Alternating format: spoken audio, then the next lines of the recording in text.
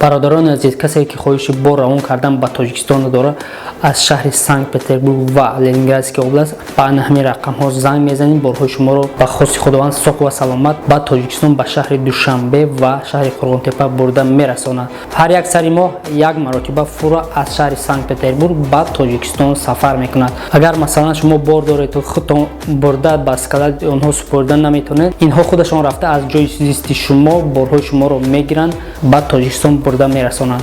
باز میگم که از شهر سنت پترزبورگ و لنینگرادسک اوبلاست به دوشنبه و شهر قرغنتپه.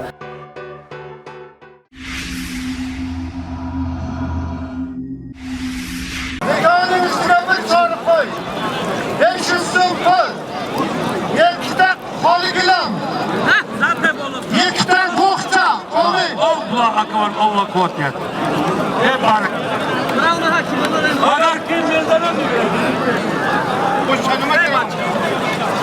Ya beş şarat kaldı. Buradan koy. Yekta kalıgılam. Buradan boğuşa. 500 tavanı var. Ne kavur kaysı uğradı onlarda. O da ilgili var tavan. O bir hop laktı. Bana.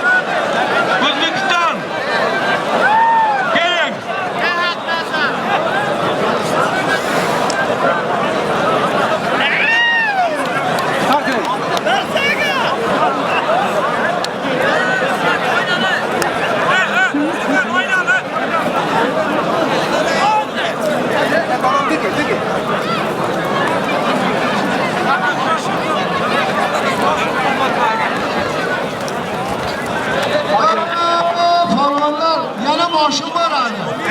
Bir maaşım, 3-4 de maaşım var hani. Oturma! Tüye durup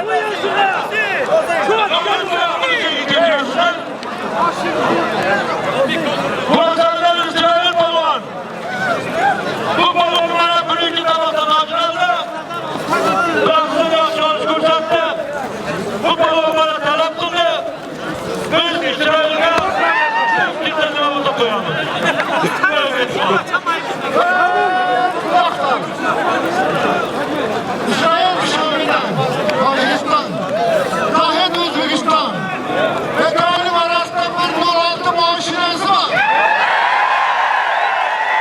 Bizim pulu var. Bizim bunu. Amin. Nerede çok kuvvetli ama. Burası sen arasında.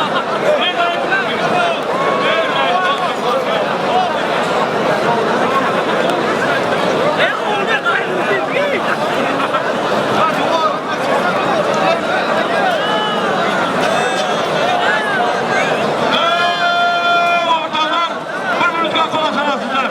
Almanyalar bir minut. Bana şartsız Zavakiyar hükümetinin vakili Ravşancan Tolga'yı verdi bana 100 taban. Tüm reisimizine bir Google talep eken Allah'ım Google versin. Nasip olsa şunday toylar kısın. Ömrü uzak olsun. Boşlarımla koş yakarısın. Şu tapkan pullarını daim toylarına versin. O kulakı var. Ömrü uzak olsun. Doğrudur. Nasıl ne ilk balonu bana gözünün savgasına gene yaptı. Bana ne ilk balonu vuruyor.